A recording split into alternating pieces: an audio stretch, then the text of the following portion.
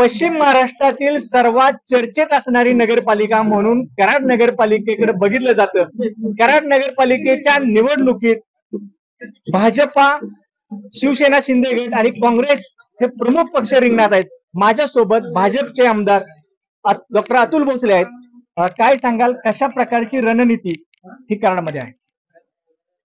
कराड शहर हे भारतीय जनता पार्टी बरोबर कायमस्वरूपी उभं राहिलेलं आहे।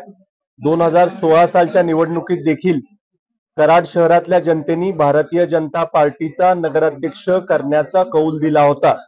भारतीय जनता पार्टीच्याच नगराध्यक्षा या 2016 साली निवडून आल्या आणि आज देखील भारतीय जनता पार्टीचे नगराध्यक्ष आणि बहुमत देण्याची मानसिकता कराडकरांनी केलेली आहे। अशा प्रकारची जाणीव आम्ही प्रचारात फिरत असताना आम्हाला होत आहे आणि विशेषतः 31 उमेदवार उभे करणारा, नगराध्यक्ष पदाचा उमेदवार उभा करणारा, एकूण 32 उमेदवार उभे करणारा भारतीय जनता पक्षच आहे।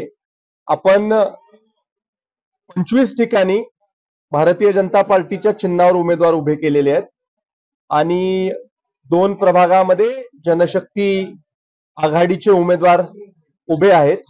नगराध्यक्ष पदाचा उमेदवार हा भारतीय जनता पार्टीचा चिन्हावर उभा आहे आणि पूर्ण पॅनल तयार करणारा पक्ष कराडमध्ये फक्त भारतीय जनता पक्ष आहे। राष्ट्रीय काँग्रेसने देखील त्यांचं पॅनल केलेलं आहे, पण त्यांचं पॅनल पूर्ण झालेलं नाही। मला वाटतं 50% उमेदवार त्यांना मिळाले, 50% उमेदवार त्यांना मिळाले नाहीत आणि शिवसेना शिंदे गट ह्या निवडणुकीमध्ये नाहीये। शिवसेना शिंदे गट चिन्हावर लढत नाहीये आणि त्यामुळे स्थानिक आघाड्या, यशवंत आघाडी आणि लोकशाही आघाडी, अशा 2 आघाड्या वेगवेगळ्या पद्धतीनं ते सुद्धा निवडणुकीला सामोरे जातात। मग चिन्हावर 2च राष्ट्रीय पक्ष या निवडणुकीला सामोरे जातात, भारतीय जनता पार्टी आणि काँग्रेस, आणि बाकी आघाड्या निवडणुकीला सामोरे जातात।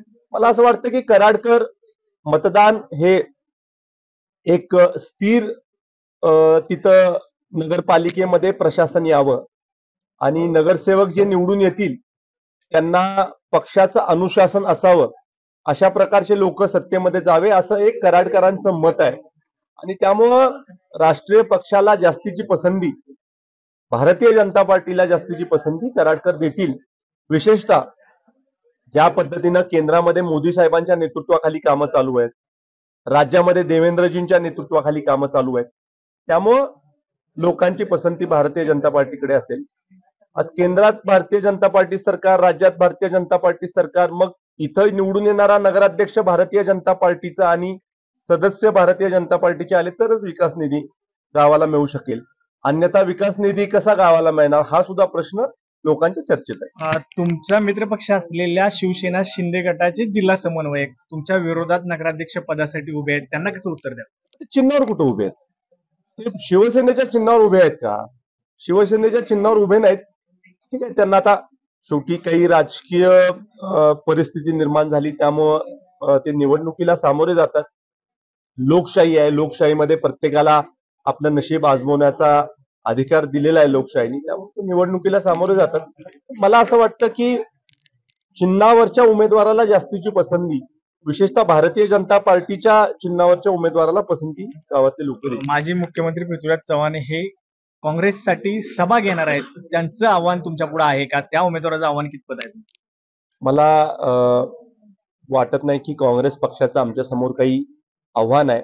मुळात त्यांचं पॅनल होईल का नाही हीच चर्चा होती, पण निदान त्यांनी पॅनल उभं केलेलं आहे आणि आता प्रचार सभा घेणार आहेत। मी ऐकली त्यांची मुलाखत की मी गल्लीबोळामध्ये फिरणार नाही, मी एका दुसरी सभा घेईन। आता त्यांनी ठरवावं प्रचार कसा करायचा। आम्ही शेवटी भारतीय जनता पार्टीचे कार्यकर्ते आदरणीय मोदीजींपासून, देवेंद्रजींपासून आम्हाला शिकवण आहे, गल्लीबोळात जायचं, सामान्य माणसापर्यंत जायचं, प्रचार करायचा आणि त्या पद्धतीने आमचा प्रचार चालू आहे। भाजपच विजयी होईल असा दावा आमदार अतुल भोसले यांनी केला आहे। संभाजी थोरात, साम टीव्ही न्यूज, कराड।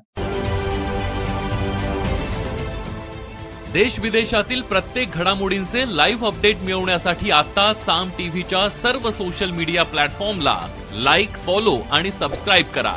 तसंच सर्व नोटिफिकेशनसाठी बेल आयकॉन प्रेस करायला विसरू नका.